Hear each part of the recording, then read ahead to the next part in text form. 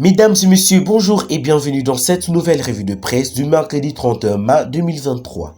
L'arrestation de Salomon Idi Kalonda, conseiller spécial et politique de Moïse Katumbi, intéresse le journal paru à Kinshasa.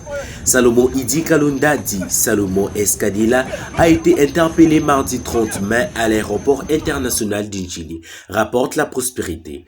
Le conseiller spécial de Moïse Katumbi s'est trouvé sur le tarmac en train de finaliser les formalités d'embarquement pour Lubumbashi lorsqu'il a été assailli par un groupe de personnes en civil et en tenue militaire, ajoute le quotidien. Mais que lui reproche-t-on? Qu'a-t-il fait exactement? S'interroge le quotidien.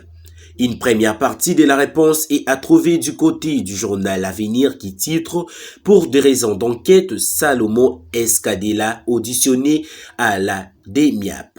Selon les informations du journal, Salomon Idi a été conduit à l'état-major de renseignement militaire pour des faits potentiellement graves, très compromettants et touchant à la sûreté et l'intégrité du pays.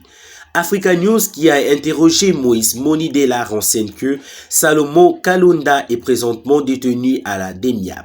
Les éléments trouvés sur place lui ont refusé le droit d'accéder à sa nourriture et ses produits pharmaceutiques qui lui a été apportés.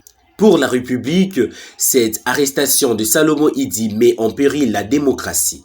Le média estime que le pouvoir a mis en marche sa machine de neutralisation de l'opposition avant le joute électoral.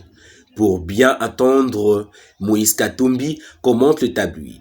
Les forces de sécurité ont enlevé de manière spectaculaire son plus proche collaborateur Salomon Idi Kalonda.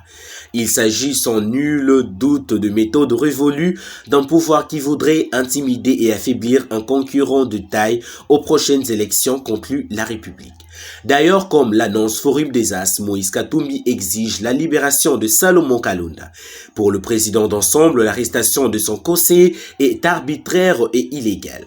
À 6 mois de la détenue des élections présidentielles, législatives, nationales et provinciales, ainsi que locales, commente Congo Nouveau, Moïse Katumbi semble être la principale cible du régime en place. Dans l'espace de 2 semaines, le président du TP Mazembe vient de voir 3 de ses principaux lieutenants être réduits au silence. Mike Mukebai, député provincial élu dans la ville de Kinshasa. Daniel Safou, député national, et Salomon Idi Kalonda. Ce qui pousse le tabloïd à conclure que la guerre entre Félix Antoine Tshisekedi et son ancien allié Moïse Katumbi risque de prendre d'autres dimensions.